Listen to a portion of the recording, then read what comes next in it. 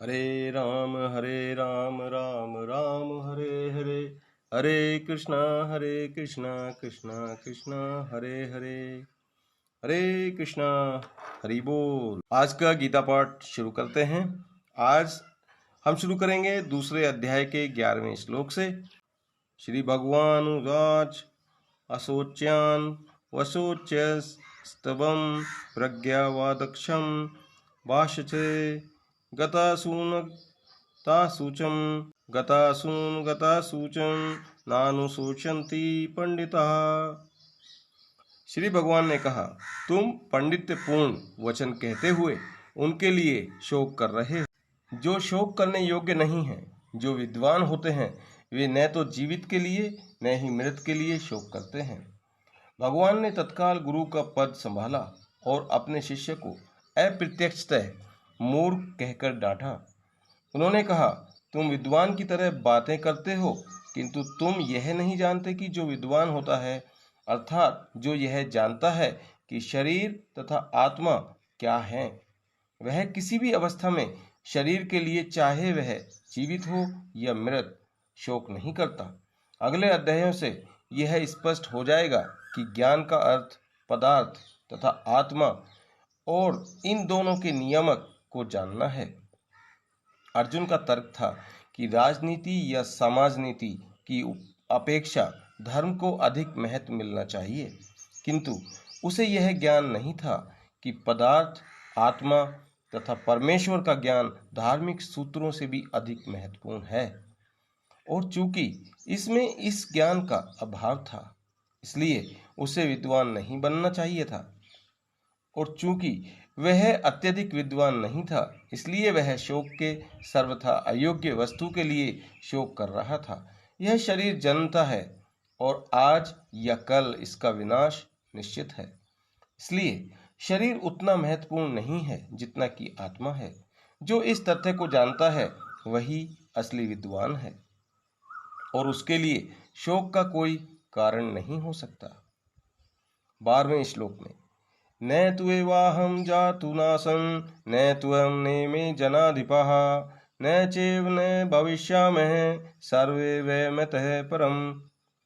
ऐसा कभी नहीं हुआ कि मैं न रहा हूं या तुम न रहे हो, अथवा ये समस्त राजा न रहे हों, और नहीं ऐसा है कि भविष्य में हम लोग नहीं रहेंगे।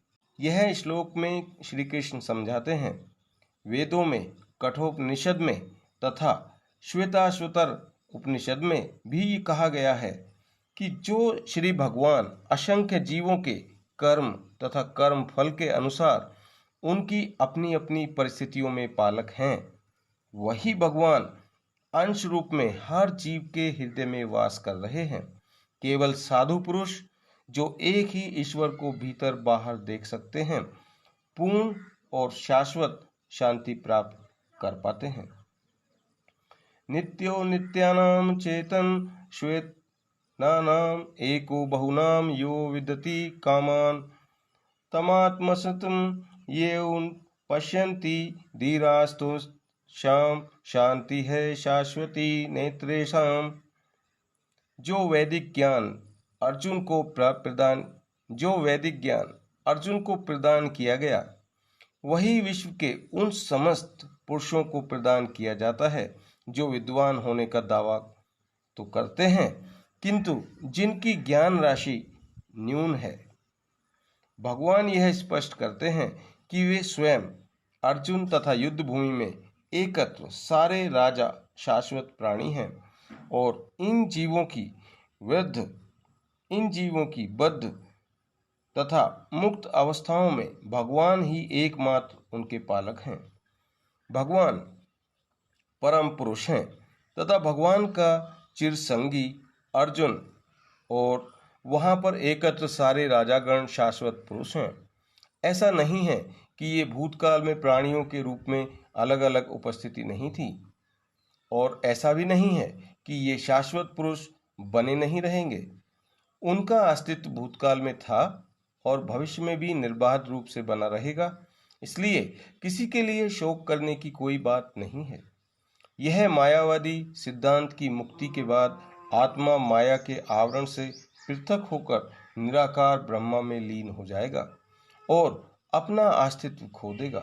यहाँ पर परम अधिकारी भगवान कृष्ण द्वारा पुष्ट नहीं हो पाता, न ही इस सिद्धांत का समर्थन हो पाता है कि बद्ध अवस्था में ही हम अस्तित्व का चिंतन करते हैं। यहाँ पर कृष्ण स्पष्ट कहते हैं कि भगवान तथा अन्यों का अस्तित्व भविष्य में भी अक्षुण्ण रहेगा, जिसकी पुष्टि उपनिषदों द्वारा भी होती है। कृष्ण का यह कथन प्रमाणिक है, क्योंकि कृष्ण मायावश्य नहीं है। यदि अस्तित्व तथ्य न होता तो फिर कृष्ण इतना बल क्यों देते, और वह भी भविष्य के लिए। मायावादी यह तर्क कर सकते हैं कि कृष्ण द्वारा कथित अस्तित्व आध्यात्मिक न होकर भौतिक है।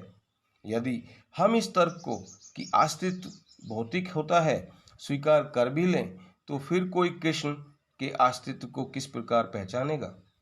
कृष्ण भूतकाल में भी अपने अस्तित्व की पुष्टि करते हैं और भविष्य में भी अपने अस्तित्व की पुष्टि करते हैं। उन्होंने अपने अस्तित्व की पुष्टि कई प्रकार से की है और निराकार ब्रह्मा उनके अधीन घोषित किया जा चुका है। कृष्ण सदा सर्वदा अपना अस्तित्व बनाए रहे हैं। यदि उन्हें सामान्य चेतना वाले सामान्य व्यक्ति के रूप में माना जाता है, तो प्रमाणिक शास्त्र के रूप में उनकी भगवत गीता की कोई महत्ता नहीं होगी। एक सामान्य व्यक्ति मनुष्यों के 4 अवगुणों के कारण श्रवण करने योग्य शिक्षा देने में असमर्थ रहता है। गीता ऐसे साहित्य से ऊपर है। कोई भी संसारी ग्रंथ गीता की तुलना नहीं कर सकता। श्री कृष्ण को सामान्य व्यक्ति मान लेने पर गीता की सारी महत्ता जाती रहती है। मायावादियों का तर्क है कि इस श्लोक में वर्णित द्वैत लौकिक है और शरीर के लिए प्रयुक्त हुआ है, किंतु इसके पहले वाले श्लोक में ऐसी देहात्म बुद्धि की निंदा की गई है। एक बार जीवों की देहात्म बुद्धि की निंदा करने के बाद यह कैसे संभव है कि कृष्ण पुनः शरीर पर उसी व्यक्ति को दोहराते हैं। इसलिए यह अस्तित्व आध्यात्मिक आधार पर स्थापित है और इसकी पुष्टि रामानुजाचार्य तथा अन्य आचार्यों ने भी की है। गीता में कई स्थलों पर इसका उल्लेख है कि यह आध्यात्मिक अस्तित्व केवल भगवत भक्तों द्वारा ज्ञेय है। जो लोग भगवान कृष्ण का विरोध करते हैं, उनकी इस महान साहित्य तक पहुंच नहीं पाते। अभक्तों द्वारा गीता के उपदेशों को समझने का प्रयास मधुमक्खी द्वारा मधुपात्र चाटने के सदृश है। पात्र को खोले बिना मधु को नहीं चखा जा सकता। इसी प्रकार भगवत गीता के रहस्यवाद को केवल भक्त ही समझ सकते हैं और कोई नहीं। जैसा कि इसके 4th अध्याय में कहा गया है, न ही गीता का स्पर्श ऐसे लोग कर पाते हैं जो भगवान के अस्तित्व का ही विरोध करते हैं। इसलिए मायावादियों द्वारा गीता की व्याख्या मानो समग्र सत्य का सरापर भ्रामक निरूपण है। भगवान चैतन्य ने मायावादियों द्वारा की गई गीता की व्याख्याओं को पढ़ने का निषेध किया है और चेतावनी दी है कि जो कोई ऐसे मायावादी दर्शन को ग्रहण करता है, वह गीता के वास्तविक रहस्य को समझ पाने में असमर्थ रहता है। यदि अस्तित्व का अभिप्राय अनुभव गम्य ब्रह्मांड से है, तो भगवान द्वारा उपदेश देने की कोई आवश्यकता नहीं थी। आत्मा तथा परमात्मा का द्वैत शाश्वत तथ्य है और इसकी पुष्टि वेदों द्वारा होती है, जैसा कि ऊपर कहा जा चुका है। 13वें श्लोक में देहिनो अस्मिन्यथा देहे कोमरम यौवनम जरा तथा देहांतर प्राप्ति धीरस्तत् न मुहति। जिस प्रकार शरीरधारी आत्मा इस वर्तमान शरीर में बाल्यावस्था से तरुणावस्था में 13वें श्लोक में देहिनो अस्मिन्यथा देहे कोमरम यौवनम जरा तथा देहांतर प्राप्ति धीरस्ततर न मुहति। जिस प्रकार शरीरधारी आत्मा इस वर्तमान शरीर में बाल्यावस्था से तरुणावस्था मतलब युवावस्था में और फिर वृद्धावस्था में निरंतर अग्रसर होता रहता है, उसी प्रकार मृत्यु होने पर आत्मा दूसरे शरीर में चला जाता है। धीर व्यक्ति ऐसे परिवर्तन से मोह को प्राप्त नहीं होता। प्रत्येक जीव एक व्यष्टि आत्मा है। वह प्रतिक्षण अपना शरीर बदलता रहता है, कभी बालक के रूप में, कभी युवा तथा कभी वृद्ध पुरुष के रूप में, तो भी आत्मा वही रहता है, उसमें कोई परिवर्तन नहीं होता। यह व्यष्टि आत्मा मृत्यु होने पर अंततोगत्वा एक शरीर बदलकर दूसरे शरीर में देहांतरण कर जाता है, और चूंकि अगले जन्म में इसको शरीर मिलना अवश्यंभावी है, चाहे वह शरीर आध्यात्मिक हो या भौतिक हो। इसलिए अर्जुन के लिए न तो भीष्म न ही द्रोण के लिए शोक करने का कोई कारण था, अपितु उसे प्रसन्न होना चाहिए था कि वे अपने पुराने शरीर को बदलकर नए शरीर ग्रहण करेंगे और इस तरह वे नई शक्ति प्राप्त करेंगे। ऐसे शरीर परिवर्तन में जीवन में किए गए कर्म के अनुसार नाना प्रकार के सुख उपभोग का या कष्टों का लेखा हो जाता है। चूंकि भीष्म व द्रोण साधु पुरुष थे, इसलिए अगले जन्म में उन्हें आध्यात्मिक शरीर प्राप्त होंगे, नहीं तो कम से कम उन्हें स्वर्ग में भोग करने के अनुरूप शरीर तो प्राप्त होंगे ही। इसलिए दोनों ही दशाओं में शोक या कोई कारण नहीं था। जिस मनुष्य को व्यष्टि आत्मा, परमात्मा तथा भौतिक और आध्यात्मिक व्यक्ति का प्रकृति का पूर्ण ज्ञान होता है, वह धीर कहलाता है। ऐसा मनुष्य कभी भी शरीर परिवर्तन द्वारा ठगा नहीं जाता। आत्मा के एकात्मवाद का मायावादी सिद्धांत मान्य नहीं हो सकता, क्योंकि आत्मा के इस प्रकार विखंडन से परमेश्वर विखंडनीय या परिवर्तनशील हो जाएगा, जो परमात्मा के अपरिवर्तनीय होने के सिद्धांत के विरुद्ध होगा। गीता में पुष्टि हुई है कि परमात्मा के खंडों का शाश्वत सनातन अस्तित्व है, जिन्हें क्षर कहा जाता है, अर्थात उनमें भौतिक प्रकृति में गिरने की प्रवृत्ति होती है। ये भिन्न अंश खंड नित्य भिन्न रहते हैं, यहाँ तक कि मुक्ति के बाद भी व्यष्टि आत्मा जैसे का तैसा भिन्न अंश बना रहता है, किंतु एक बार मुक्त होने पर वह श्री भगवान के साथ सच्चिदानंद रूप में रहता है। परमात्मा पर प्रतिबिंबवाद का सिद्धांत वह व्यक्त किया जा सकता है जो प्रत्येक शरीर में विद्यमान रहता है। वह व्यष्टि जीव से भिन्न होता है, जो आकाश का प्रतिबिंब जल में पड़ता है। तो प्रतिबिंब में सूर्य, चंद्र तथा तारे सभी कुछ रहते हैं। तारों की तुलना जीवों से तथा सूर्य या चंद्र की परमेश्वर से की जा सकती है। व्यष्टि अंश आत्मा को अर्जुन के रूप में और परमात्मा को श्री भगवान के रूप में प्रदर्शित किया जाता है। जैसा कि चतुर्थ अध्याय के प्रारंभ में स्पष्ट है, वे एक ही स्तर पर नहीं होते। यदि अर्जुन कृष्ण के समान स्तर पर हों और कृष्ण अर्जुन से श्रेष्ठतर न हो, तो उनमें उपदेशक तथा उपशिष्ट तथा उपदिष्ट का संबंध अर्थहीन होगा। यदि ये दोनों माया द्वारा मोहित होते हैं, तो एक को उपदेशक तथा दूसरे को उपदिष्ट होने की कोई आवश्यकता नहीं है। ऐसा उपदेश व्यर्थ होगा, क्योंकि माया के चुंगल में रहकर कोई भी प्रामाणिक उपदेशक नहीं बन सकता। ऐसी परिस्थितियों में यह मान लिया जाता है कि भगवान कृष्ण परमेश्वर हैं, जो पद में माया द्वारा विस्मृत अर्जुन रूपी जीव से श्रेष्ठ हैं। 14वें श्लोक में मात्रा स्पर्शस्तु कौन्तेय शीतोष्ण सुखद खदः आगमपायिनो अनित्य स्थानस्थिति स्थिति क्षय। भारत, हे कुंती पुत्र, सुख तथा दुख का क्षणिक उदय तथा काल क्रम में उनका अंतर्ध्यान होना सर्दी तथा गर्मी की ऋतुओं के आने जाने के समान है। हे भरतवंशी, वे इंद्रिय बोध से उत्पन्न होते हैं और मनुष्य को चाहिए कि अविचल भाव से उनको सहन करना सीखे। कर्तव्य निर्वाह करते हुए मनुष्य को सुख तथा दुख के क्षणिक आने जाने को सहन करने का अभ्यास होना चाहिए। वैदिक आदेशानुसार मनुष्य को माघ मास के जनवरी फरवरी के मास में भी प्रातःकाल स्नान करना चाहिए। उस समय अत्यधिक ठंड पड़ती है, किंतु जो धार्मिक नियमों का पालन करने वाला है वह स्नान करने में तनिक भी झिझकता नहीं।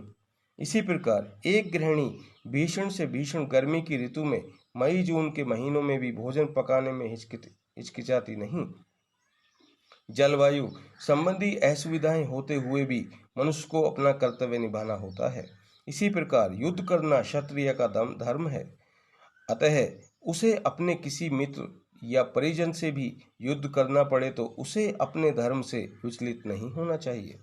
मनुष्य को ज्ञान प्राप्त करने के लिए धर्म के विधि विधान पालन करने होते हैं, क्योंकि ज्ञान तथा भक्ति से ही मनुष्य अपने आप को माया के बंधन से छुड़ा सकता है। अर्जुन को जिन दो नामों से संबोधित किया गया है वे भी महत्वपूर्ण है। कौन्तेय कहकर संबोधित करने से यह प्रकट होता है कि वह अपनी माता की ओर मातृकुल से संबंधित हैं, और भारत कहने से उसके पिता की ओर पितृकुल से संबंध प्रकट होता है। दोनों ओर से उसको महान विरासत प्राप्त है।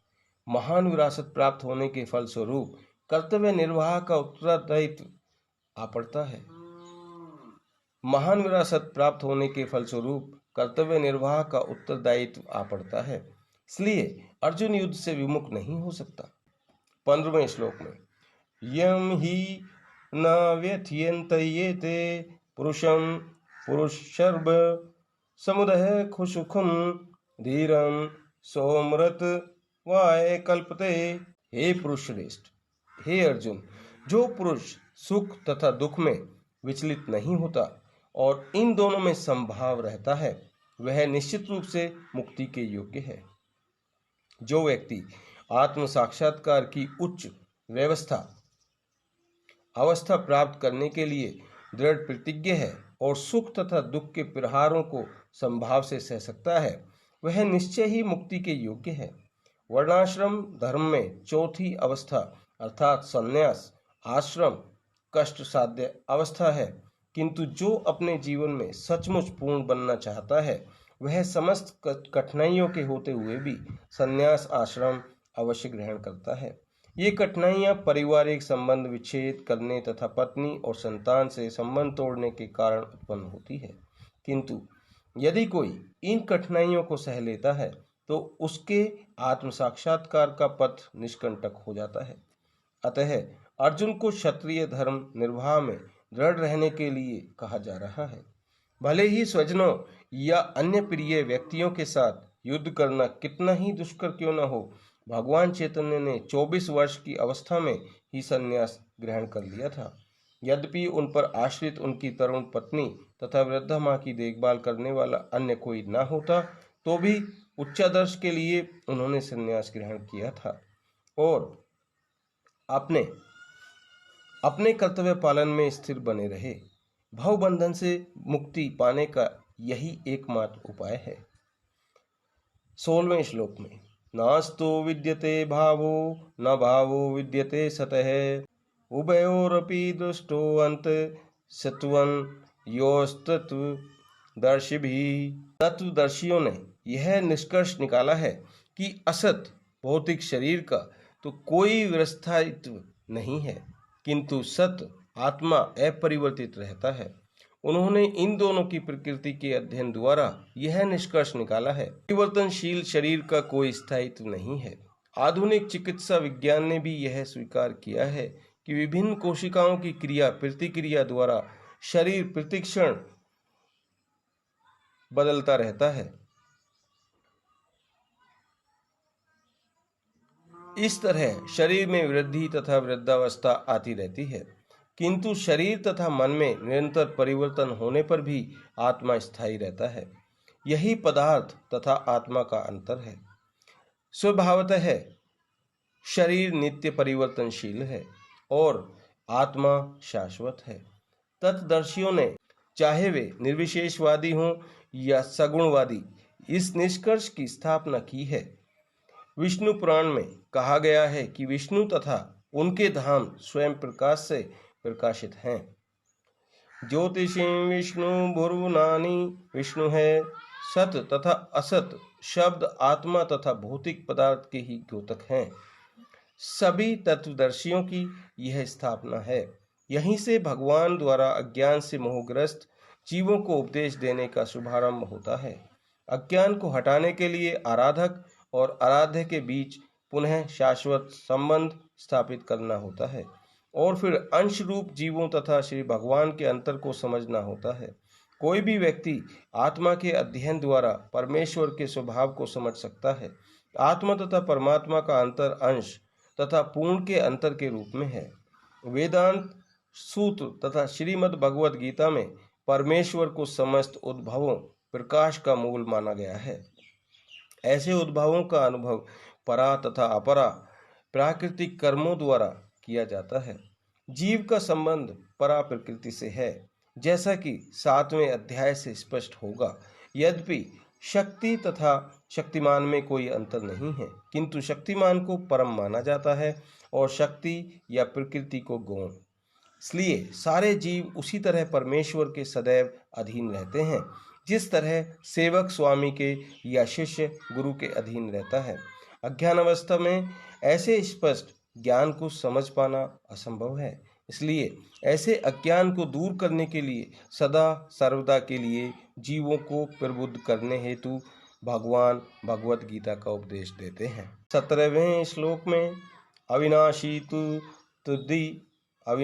तु तद्विधि येन सर्वमिदं ततं विनाशम व्यशयास्य न कश्चित् कर्तुमर्हति। जो सारे शरीर में व्याप्त है उसे ही तुम अविनाशी समझो। उस अव्यय आत्मा को नष्ट करने में कोई भी समर्थ नहीं है। इस श्लोक में संपूर्ण शरीर में व्याप्त आत्मा की प्रकृति का अधिक स्पष्ट वर्णन हुआ है। सभी लोग समझते हैं कि जो सारे संसार में व्याप्त है वह चेतना है। प्रत्येक व्यक्ति को शरीर में किसी अंश या पूरे भाग में सुख दुख का अनुभव होता है, किंतु चेतना की यह व्याप्ति किसी के शरीर तक ही सीमित रहती है। एक शरीर के सुख तथा दुख का बोध दूसरे शरीर को नहीं हो पाता। फलस्वरूप प्रत्येक शरीर में व्यष्टि आत्मा है और इस आत्मा की उपस्थिति का लक्षण व्यष्टि चेतना द्वारा परिलक्षित होता है। इस आत्मा को बाल के अग्र भाग के 10,000वें भाग के तुल्य बताया जाता है।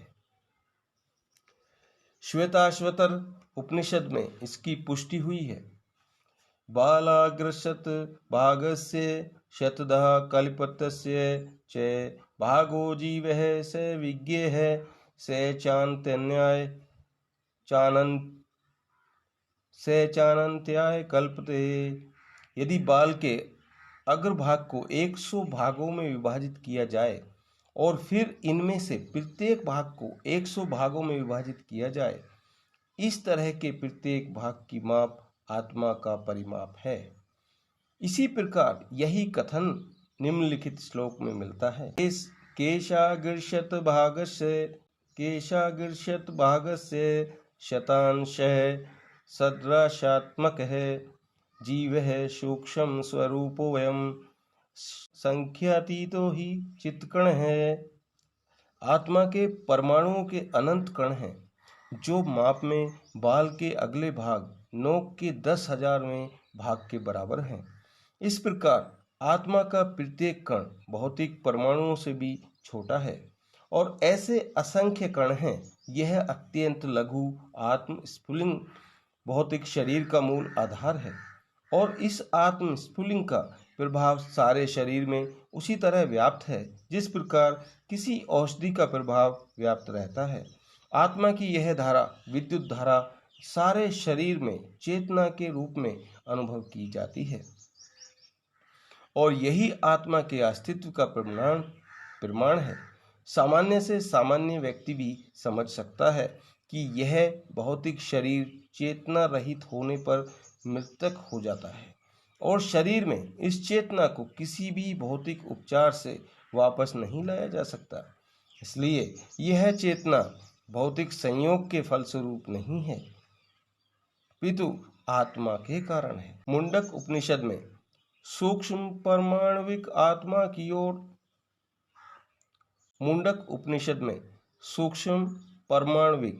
की ओर अधिक विवेचना हुई।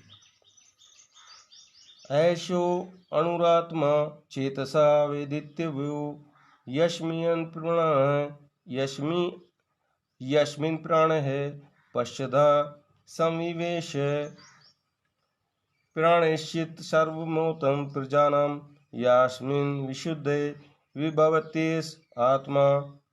आत्मा आकार में अणुतुल्य है, जिसे पूर्ण बुद्धि के द्वारा जाना जा सकता है। यह अणु आत्मा 5 प्रकार के प्राणों में तैर रहा है। प्राण, प्राण, अपान, व्यान, समान तथा उदान। यह हृदय के भीतर स्थित है और देहधारी जीव के पूरे शरीर में अपने प्रभाव का विस्तार करता है। जब आत्मा को 5 वायुओं के कल्मश से शुद्ध कर लिया जाता है तो इसका आध्यात्मिक प्रभाव प्रकट होता है। हठ योग का प्रयोजन विविध आसनों द्वारा उन 5 प्रकार के प्राणों को नियंत्रित करना है जो आत्मा को घेरे हुए है। यह योग किसी भौतिक लाभ के लिए नहीं, अपितु भौतिक आकाश के बंधन से अणु आत्मा की मुक्ति के लिए किया जाता है। इस प्रकार अणु आत्मा को सारे वैदिक साहित्य से स्वीकारा है और प्रत्येक बुद्धिमान व्यक्ति अपने व्यवहारिक अनुभव से इसका प्रत्यक्ष अनुभव करता है। केवल मूर्ख व्यक्ति ही इस अणु आत्मा को सर्वव्यापी विष्णु तत्व के रूप में सोच सकता है। अणु आत्मा का प्रभाव पूरे शरीर में व्याप्त हो सकता है। मुंडक उपनिषद के अनुसार यह अणु आत्मा प्रत्येक जीव के हृदय में स्थित है और चूंकि भौतिक विज्ञानी इस अणु आत्मा को माप सकने में असमर्थ हैं, अतः उनमें से कुछ यह अनुभव करते हैं कि आत्मा है ही नहीं। व्यष्टि आत्मा तो निसंदेह परमात्मा के साथ साथ हृदय में है और इसलिए शारीरिक गतियों की सारी शक्ति शरीर के इस भाग से उद्भूत है। जो लाल रक्त कण फेफड़ों से ऑक्सीजन ले जाते हैं और आत्मा से ही शक्ति प्राप्त करते हैं। इसलिए जब आत्मा इस स्थान से निकल जाता है तो रक्तोत्पादक संलयन फ्यूजन बंद हो जाता है। औषधि विज्ञान लाल रक्त कणों की महत्ता को तो स्वीकार देता है, किंतु वह यह निश्चित नहीं कर पाता कि शक्ति का स्रोत आत्मा है। जो भी हो, औषधि विज्ञान यह स्वीकार करता है कि शरीर की सारी शक्ति का उद्गम स्थल हृदय है। पूर्ण आत्मा के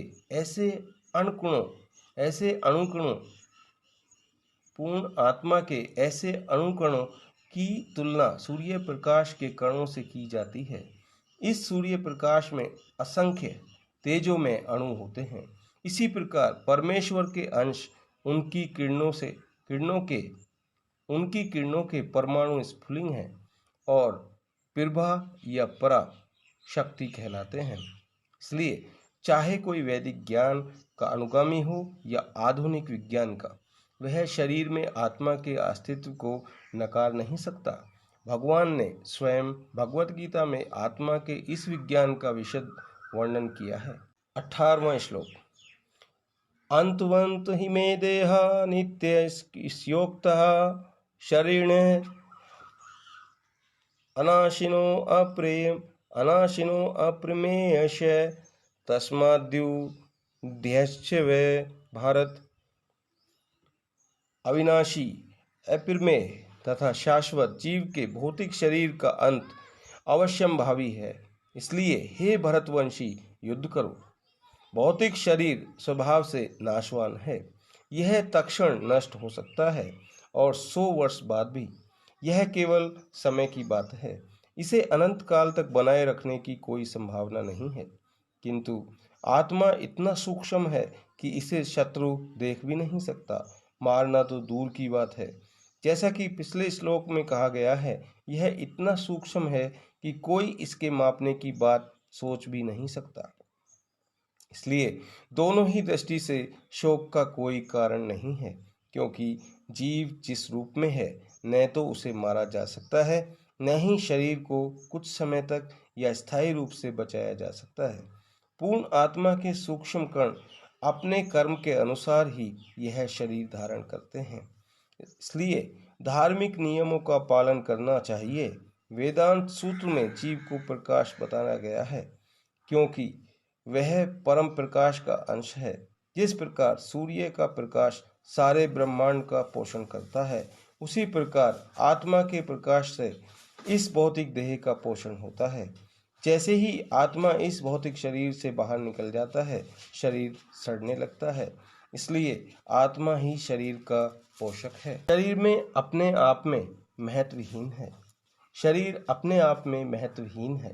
इसलिए अर्जुन को उपदेश दिया गया कि वह युद्ध करे और भौतिक शारीरिक कारणों से धर्म की बलि न होने दे। यह एनम वेत्ति हंतरम यच्छेनम मन्यते हतम उभौ तौ न विजानीतो नायम हन्ति न हन्यते।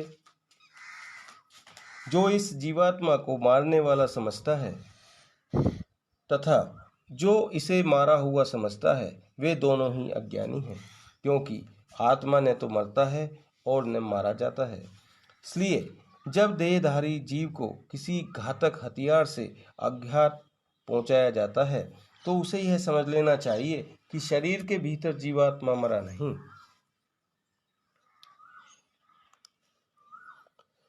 आत्मा इतना सूक्ष्म है कि इसे किसी तरह के भौतिक हथियार से मारना आत्मा इतना सूक्ष्म है कि इसे किसी तरह के भौतिक हथियार से मार पाना असंभव है। जैसा कि अगले श्लोकों से स्पष्ट हो जाएगा, न ही जीवात्मा अपने आध्यात्मिक स्वरूप के कारण बद्ध है, जिसे मारा जाता है या जिसे मरा हुआ समझा जाता है। वह केवल शरीर होता है, किंतु इसका अर्थ शरीर के वध को प्रोत्साहित करना नहीं है। वैदिक आदेश है, माहिष्यात् सर्वभूतानि, किसी भी जीव की हिंसा ना करो। न ही जीवात्मा अवध्य है का अर्थ यह है कि पशु हिंसा को प्रोत्साहन दिया जाए। किसी भी जीव के शरीर की अनाधिकार हत्या करना निंद है, राज्य तथा भगवत विधान के द्वारा दंडनीय है। किंतु अर्जुन को तो धर्म के नियम अनुसार मारने के लिए नियुक्त किया जा रहा था, किसी पागलपनवश नहीं। 20वें श्लोक में न जायते म्रियते वा कदाचिन नायं भूत्वा भविता वा न भूयः अजो नित्यः शाश्वतोऽयं प्राणो न हन्यते हन्यमाने शरीरे। आत्मा के लिए किसी भी काल में न तो जन्म है न मृत्यु। वह न तो कभी जन्मा है न जन्म लेता है और न जन्म लेगा। वह अजन्मा, नित्य, शाश्वत तथा पुरातन है। शरीर के मारे जाने पर वह मरा नहीं है। इसमें 6 प्रकार के रूपांतर होते हैं। वह माता के गर्भ में जन्म लेता है, कुछ काल तक रहता है, बढ़ता है, कुछ परिणाम उत्पन्न करता है, धीरे धीरे क्षीण होता है और अंत में समाप्त हो जाता है। किंतु आत्मा में ऐसे परिवर्तन नहीं होते। आत्मा अजन्मा है, किंतु चूंकि वह भौतिक शरीर धारण करता है, इसलिए शरीर जन्म लेता है। आत्मा न तो जन्म लेता है न मरता है। जिसका जन्म होता है उसकी मृत्यु भी होती है। और चूंकि आत्मा जन्म नहीं लेता, इसलिए उसका न तो भूत है, न वर्तमान, न भविष्य। वह नित्य, शाश्वत तथा सनातन है, इसलिए उसके जन्म लेने का कोई इतिहास नहीं है। हम शरीर के प्रभाव में आकर आत्मा के जन्म, मरण आदि का इतिहास खोजते हैं। आत्मा शरीर की तरह कभी भी वृद्ध नहीं होता। इसलिए तथाकथित वृद्ध पुरुष भी अपने में बाल्यकाल या युवावस्था जैसी अनुभूति पाता है। शरीर के परिवर्तनों का आत्मा पर कोई प्रभाव नहीं पड़ता। आत्मा वृक्ष या किसी अन्य भौतिक वस्तु की तरह क्षीण नहीं होता। आत्मा की कोई उपसृष्टि नहीं होती। शरीर की उपसृष्टि संतानें हैं और वे भी व्यष्टि आत्माएं हैं, और शरीर के कारण वे किसी न किसी की संतानें प्रतीत होते हैं। शरीर की वृद्धि आत्मा की उपस्थिति के कारण होती है, किंतु आत्मा के न तो कोई उपवृद्धि है, न ही उसमें कोई परिवर्तन होता है। इसलिए आत्मा शरीर के 6 प्रकार के परिवर्तन से मुक्त है। कठोपनिषद में इसी तरह का एक श्लोक आया है, न जायते म्रियते वा विपिश्यनाय कुतचिन्न बभूव कश्चित् अजो नित्य है शाश्वतोऽयं प्राणो न हन्यते हन्यमाने शरीरे। इस श्लोक का अर्थ है, तात्पर्य भगवत गीता के श्लोक जैसा ही है, किंतु इस श्लोक में एक विशिष्ट शब्द विपश्चित का प्रयोग हुआ है, जिसका अर्थ है विद्वान या ज्ञान में। आत्मा ज्ञान से या चेतना से सदैव पूर्ण रहता है। इसलिए चेतना ही आत्मा का लक्षण है। यदि कोई हृदयस्थ आत्मा को नहीं खोज पाता, तब भी वह आत्मा की उपस्थिति को चेतना की उपस्थिति से जान सकता है। कभी कभी हम बादलों या अन्य कारणों से आकाश में सूर्य को नहीं देख पाते, किंतु सूर्य का प्रकाश सदैव विद्यमान रहता है। इसलिए हमें विश्वास हो जाता है कि यह दिन का समय है। प्रातःकाल जो ही आकाश में थोड़ा सा सूर्य प्रकाश दिखता है, तो हम समझ जाते हैं कि सूर्य आकाश में है। इसी प्रकार चूंकि शरीरों में, चाहे वह पशु के हों या पुरुषों के, कुछ न कुछ चेतना रहती है, इसलिए हम आत्मा की उपस्थिति को जान लेते हैं। किंतु जीव की यह चेतना परमेश्वर की चेतना से भिन्न है, क्योंकि परम चेतना तो सर्वज्ञ है, भूत, वर्तमान तथा भविष्य के ज्ञान से पूर्ण। व्यष्टि जीव की चेतना विस्मरणशील है। जब वह अपने वास्तविक स्वरूप को भूल जाता है, तो उसे कृष्ण के उपदेशों से शिक्षा तथा प्रकाश और बोध प्राप्त होता है। किंतु कृष्ण विस्मरणशील जीव नहीं है। यदि वे ऐसे होते तो उनके द्वारा दिए गए भगवत गीता के उपदेश व्यर्थ होते।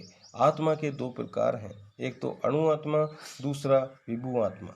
कठोपनिषद में इसकी पुष्टि इस प्रकार हुई है। अणोर्णीय यान में तो महीयात्मा से जंतो निरहितो गुहायाम तम कीर्तु पश्यति वीत शोको धातु है प्रसदान महिमा नमात्मन है। परमात्मा तथा अणु आत्मा दोनों शरीर रूपी उसी वृक्ष में जीव के हृदय में विद्यमान है, और इनमें से जो समस्त इच्छाओं तथा शोकों से मुक्त हो चुका है, वही भगवत कृपा से आत्मा की महिमा को समझ सकता है। कृष्ण परमात्मा के भी उद्गम हैं, जैसा कि अगले अध्यायों में बताया जाएगा, और अर्जुन अणु आत्मा के समान है, जो अपने वास्तविक स्वरूप को भूल गया है। इसलिए उसे कृष्ण द्वारा ये उनके प्रमाणिक प्रतिनिधि गुरु द्वारा प्रबुद्ध किए जाने की आवश्यकता है। हरे राम राम राम हरे हरे, हरे कृष्णा कृष्णा कृष्णा हरे हरे, हरे कृष्णा। हरि बोल। आज का गीता पाठ समाप्त होता है यहीं पर। आज के 10 श्लोक पूरे हुए हैं। अगर आपको आज के पाठ से कुछ सीख मिली है तो कमेंट में ज़रूर बताइए, अपना फीडबैक कमेंट में ज़रूर लिखिए। आपको आज का पाठ कैसा लगा, और मैं आप सभी का फीडबैक देखता हूं, कमेंट भी पढ़ता हूं। अगर आपने अभी तक चैनल को सब्सक्राइब नहीं किया है तो चैनल को सब्सक्राइब करें, और चैनल को क्यों डिस्टर्ब कर रहा है यार बीच में, इसे क्यों कर रहा है तू? मुझे पैसे दो आपसे। खत्म हो गए तेरे? ले चुप हो जा। अगर आपने चैनल को अभी तक सब्सक्राइब नहीं किया है तो चैनल को सब्सक्राइब कीजिए। अगर आपको लगता है कि आज की पाठ से कुछ सीखा है और आपको पसंद आया है तो वीडियो को लाइक कीजिए। आपको लगता है कि इस आध्यात्मिक ज्ञान का किसी को ज़रूरत है तो वीडियो को ज़रूर शेयर कीजिए। आपसे मिलता हूँ कल के पाठ में। जब तक के लिए हरे कृष्णा, हरि बोल।